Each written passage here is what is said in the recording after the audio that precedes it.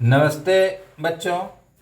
आज हम लोग क्लास 10th के सामाजिक विज्ञान विषय अंतर्गत भूगोल विषय के इकाई 1 संसाधन एवं उपयोग चैप्टर के महत्वपूर्ण प्रश्न उत्तर को देखेंगे। इससे पहले हम लोग जो है इस पाठ का विस्तृत अध्ययन कर चुके हैं। आज हम लोग इसके जो प्रश्न हैं उसको देखेंगे।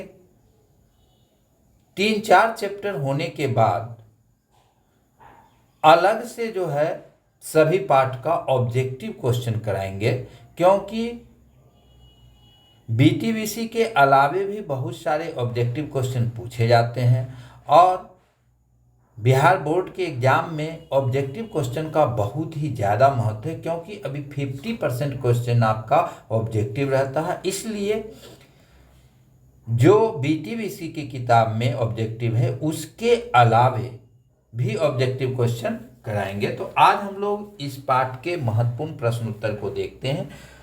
पहला आपका वस्तुनिष्ठ प्रश्न है। इसमें पहला क्वेश्चन है, कोयला किस प्रकार का संसाधन है? ए है अनवीकरणीय, बी है नवीकरणीय, सी है जैव और डी है अजैव। तो कोयला अनवीकरणीय संसाधन है। अनवीकरणीय संसाधन उसे कहते हैं जिसकी पुनः पूर्ति नहीं की जा सकती, यानी कि एक बार यूज करने के बाद वह समाप्त हो जाता है। दूसरा है सौर ऊर्जा निम्नलिखित में से कौन सा संसाधन है? ए है मानवकृत, बी है पुनः पूर्ति योग्य, सी है अजैव और डी है अचक्रीय। तो सौर ऊर्जा पुनः पूर्ति योग्य है, यानी कि इसकी पूर्ति पुनः हो सकती है। तीसरा क्वेश्चन है, तट रेखा से कितने किलोमीटर क्षेत्र सीमा अपवर्जक आर्थिक क्षेत्र कहलाते हैं? तो 200 किलोमीटर का क्षेत्र जो है, यानी कि 200 किलोमीटर के अंदर का सीमा जो है अपवर्जक आर्थिक क्षेत्र कहलाता है। इसका उत्तर हो जाएगा आपका बी। अगला क्वेश्चन है, डाकुओं की अर्थव्यवस्था का संबंध है? ए में है संसाधनों के संग्रहण से, बी है संसाधनों के अनियोजित विदोहन से, सी है संसाधन के नियोजित दोहन से और डी है इनमें से कोई नहीं। तो इसका आंसर हो जाएगा संसाधनों के अनियोजित विदोहन से। अगला क्वेश्चन है, समुद्री क्षेत्र में राजनीतिक सीमा के कितने किलोमीटर क्षेत्र तक राष्ट्रीय संपदा निहित है? तो यह 12.2 किलोमीटर तक है। इसका आंसर सी हो जाएगा। तो ये आपका महत्वपूर्ण क्वेश्चन था। 1 का ए, 2 में बी, सी में बी, 4 में बी और 5 में सी है। अब इसके बाद जो है सो लघु उत्तरीय प्रश्न है। इसमें पहला क्वेश्चन है, संसाधन को परिभाषित कीजिए। तो संसाधन को परिभाषित कीजिए, इस प्रश्न को देखें। इसका उत्तर है, प्रकृति के वे सभी पदार्थ जो मानव के लिए उपयोगी है संसाधन कहलाते हैं। संसाधन भौतिक एवं जैविक दोनों हो सकते हैं। ये प्रकृति में विभिन्न रूपों में पाए जाते हैं, किंतु ये तब तक संसाधन की कोटि में नहीं आ पाते हैं जब तक उन्हें उपयोगी न बना लिया जाए। अगला क्वेश्चन है दूसरा, संभावी एवं संचित कोष संसाधन में अंतर स्पष्ट कीजिए। तो ऐसे सभी संसाधन जिनका भविष्य में उपयोग किए जाने की संभावना उनकी उपयोगिता के कारण बनी रहती है संभावित संसाधन कहलाते हैं, जैसे राजस्थान की पवन एवं सौर ऊर्जा। अब है भंडार संसाधन के वैसे भाग जिसे उपलब्ध तकनीक के आधार पर प्रयोग में लाया जा सकता किंतु इनका उपयोग प्रारंभ नहीं हुआ है, संचित कोष संसाधन कहलाता है। उदाहरण के लिए नदी जल, जिसमें भविष्य में जल विद्युत उत्पन्न किए जा सकते हैं, वर्तमान में इसका प्रयोग अत्यंत ही सीमित है। तीसरा क्वेश्चन है, संसाधन संरक्षण की उपयोगिता को लिखिए। तो प्राकृतिक संसाधन सीमित है। पृथ्वी पर कोयला, पेट्रोल जैसे अनेक महत्वपूर्ण अनवीकरणीय संसाधन हैं जो एक बार प्रयुक्त होने के बाद समाप्त हो जाते हैं। इन संसाधनों का अविवेकपूर्ण उपयोग विभिन्न प्रकार की सामाजिक, आर्थिक, सांस्कृतिक एवं पर्यावरणीय समस्याओं को जन्म देता है।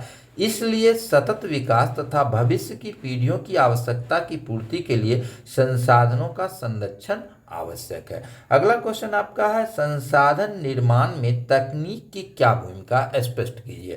तो संसाधनों के निर्माण में तकनीक की महती भूमिका है। तकनीक के बल पर ही प्राकृतिक संसाधनों से रहित राष्ट्र भी विकसित राष्ट्र की श्रेणी में आ जाता है। उदाहरण के लिए जापान को लिया जा सकता है। विकसित देशों में तकनीक विकसित होने के कारण संसाधनों का बेहतर उपयोग किया जा रहा है। एक ही संसाधन का उपयोग विभिन्न तकनीक के द्वारा भिन्न भिन्न कार्यों के लिए किया जा सकता है। कोयला एक संसाधन है जिससे विभिन्न तकनीकों द्वारा कोलतार, प्लास्टिक, रंग, कृत्रिम रेशा आदि बनाया जा रहा है। तो अब हम लोग को देखना है दीर्घ उत्तरीय क्वेश्चन है।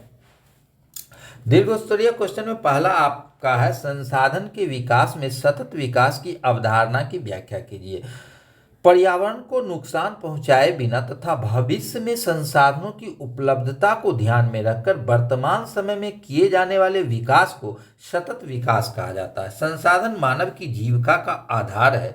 जीवन की गुणवत्ता को बनाए रखने के लिए संसाधनों के सतत विकास की अवधारणा अत्यावश्यक है। मानव ने संसाधनों का अत्यधिक दोहन किया है, इस कारण से कई पर्यावरणीय समस्याएं उत्पन्न हुई है। साथ ही संसाधनों का अत्यधिक दोहन से इसे समाप्त होने का खतरा विद्यमान है। संसाधनों का केंद्रीयकरण कुछ लोगों तक सीमित होने से समाज में तनाव की आशंका बढ़ जाती है।